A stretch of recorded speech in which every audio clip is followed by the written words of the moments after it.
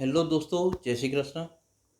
આજે આપણે મળીએ છીએ એક બહુ જ સારી અપડેટ જે માર્ક મિલર, જે ફેડરલ ગવર્મેન્ટ કેનેડિયન ગવર્મેન્ટના ઇમિગ્રેશન ઓફિસર છે, એમની જ્યારે પ્રોવિન્સ ગવર્મેન્ટ સાથે મિટિંગ થઈ હતી એ રિગાર્ડિંગ એક ઇમ્પોર્ટન્ટ અપડેટ હું આજે તમારી લોકો સાથે શેર કરવા જઈ રહ્યો છું.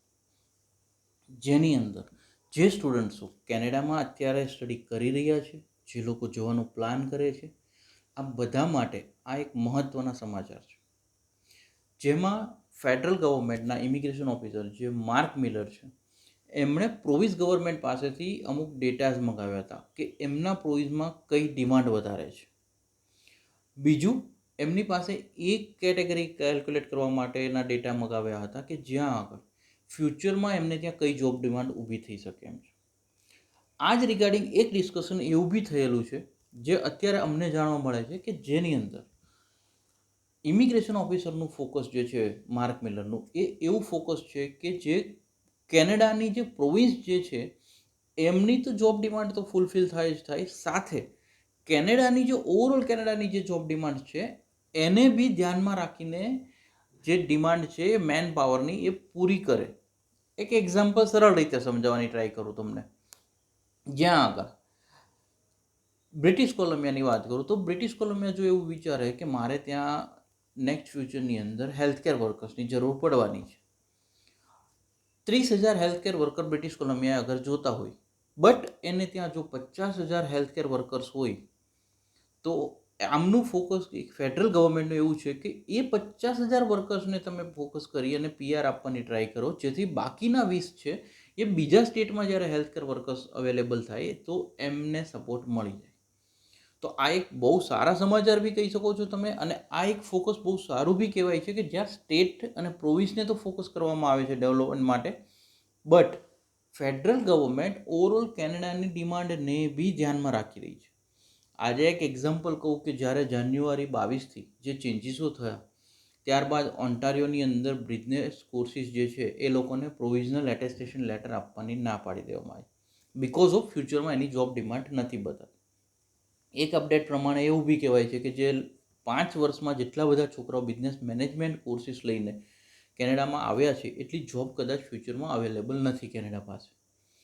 તો આ કેસની અંદર શું કોમર્શિયલ કે બિઝનેસ મેનેજમેન્ટના છોકરાઓ છે એ લોકોનું કેનેડાનું કેરિયર પૂરું થઈ જાય છે, યા એ સ્ટુડન્ટો જે કેરિયર બિઝનેસ કોર્સિસ યા કોમર્શિયલ કોર્સિસમાં કેનેડામાં વિચારે છે શું એમને નહીં જવાનું? આવું નથી. એ પ્રોવિન્સની ડિમાન્ડમાં નથી, બટ બીજા પ્રોવિન્સની ડિમાન્ડમાં છે. જે પ્રોવિન્સની ડિમાન્ડમાં તમારા કોર્સિસ હોય છે ત્યાં તમે લેશો તો તમને ફાયદો થશે. અને આજે જે અપડેટ હું તમને આપું છું એ પ્રમાણે એવું જોવામાં આવશે કે માનો કે કદાચ તમે અત્યારના કેસની અંદર એવા સ્ટેટ્સમાં છો કે જ્યાં તમારી ડિમાન્ડ નથી, બટ ફ્યુચરમાં જે પ્રોવિન્સની અંદર તમારી ડિમાન્ડ હશે એ કેટેગરીમાં બી જો તમે આવતા હશો તો તમને પીઆર મળવાના ચાન્સીસ પૂરા છે. આ સાથે એક બીજી બહુ સારી વર્ક કે જે હું તમને બી એક પર્સનલ એડવાઇસ આપતો રહ્યો છું અને અત્યારે બી આપું છું કે જો તમે કેનેડાનું પ્લાન કરો છો તો પેરેલલી તમે ફ્રેન્ચ લેંગ્વેજ શીખવાનું સ્ટાર્ટ કરો, જેમાં લેવલ A1 A2 છે, B1 B2 છે. થોડો ટાઈમ અત્યારથી તમે આપશો ડ્યુરિંગ સ્ટડી તો એ તમને બહુ હેલ્પફુલ થશે. બિકોઝ માર્ક મિલરના એક સ્ટેટમેન્ટ પ્રમાણે એમણે એ બી કહ્યું હતું કે ફ્રેન્ચ લેંગ્વેજ પ્રાયોરિટી વધારે આપવામાં આવે, જેથી કેનેડાની, બિકોઝ કેનેડાની બહુ ઓછા લોકોને ખબર હશે કે કેનેડાની મધર ટંગ જે છે એ ઇંગ્લિશ છે અને એમની સેકન્ડ ઓફિશિયલ લેંગ્વેજ છે ફ્રેન્ચ છે. તો ફ્રેન્ચ લેંગ્વેજવાળાને ઓલવેઝ કેનેડાએ પ્રાયોરિટી આપી છે. તો એટલા માટે જ તે આજે બી માર્ક મિલરે આ મિટિંગની અંદર જે વાત કરી છે એ વાત એ જ છે કે જ્યાં આગળ એમણે કહ્યું છે કે ફ્રેન્ચ લેંગ્વેજવાળાનું પીઆરમાં વધારે ફોકસ કરે, જેથી કરીને એક વસ્તુ જાણવા મળે છે કે પીઆર જો તમારે જોતું હોય તો ફ્રેન્ચ લેંગ્વેજ તમે આપશો, તમારી પાસે ફ્રેન્ચ લેંગ્વેજનું સર્ટિફિકેટ હશે, તમે ફ્રેન્ચ લેંગ્વેજ જાણતા હશો તો તમને પ્રાયોરિટી મળશે. આ સાથે એક બીજી વસ્તુ હું તમને કહું કે મેં તમને એક વિડીયોમાં બી વાત કરી હતી, મોસ્ટ ટ્રસ્ટેડ ફ્રેમવર્ક, આ રીતનો એક પ્રોગ્રામ બી હજી કેનેડાની અંદર આવવાની શક્યતાઓ છે, જે પ્રોવિન્સ ગવર્મેન્ટ તરફથી બી એક ઇમ્પ્લિમેન્ટ કરી શકાશે અને ફેડરલ ગવર્મેન્ટ બી કરી શકે એવું છે, જેની અંદર એવી કોલેજ યુનિવર્સિટીને ફોકસ કરવામાં આવશે જેમનું ક્વોલિટી એજ્યુકેશન હશે, જેમની પાસે ફેસિલિટી સ્ટુડન્ટને આપવા માટે હાઉસિંગ ફેસિલિટીઝ વગેરે વધારે હશે, જેમના એજ્યુકેશન લેવલની ઇમ્પોર્ટન્સ વધારે હશે. તો આ જે કોલેજ યુનિવર્સિટીઝ હશે આમને વધારે ફોકસ કરી અને આ લોકોને વધારે પ્રાયોરિટી આપવામાં આવી શકે છે. તો તમે બી જો તમારો કોર્સ કે કંઈ સિલેક્ટ કરો છો તો સારી રેપ્યુટેડ કોલેજ યુનિવર્સિટી સિલેક્ટ કરો, જેથી ફ્યુચરમાં તમને કોઈ તકલીફ ના પડે. મારી આપેલી આ માહિતી તમને લોકોને જો સારી લાગી છે, વિડીયો લાઇક કરી દો, મેક્સિમમ લોકો સુધી શેર કરો.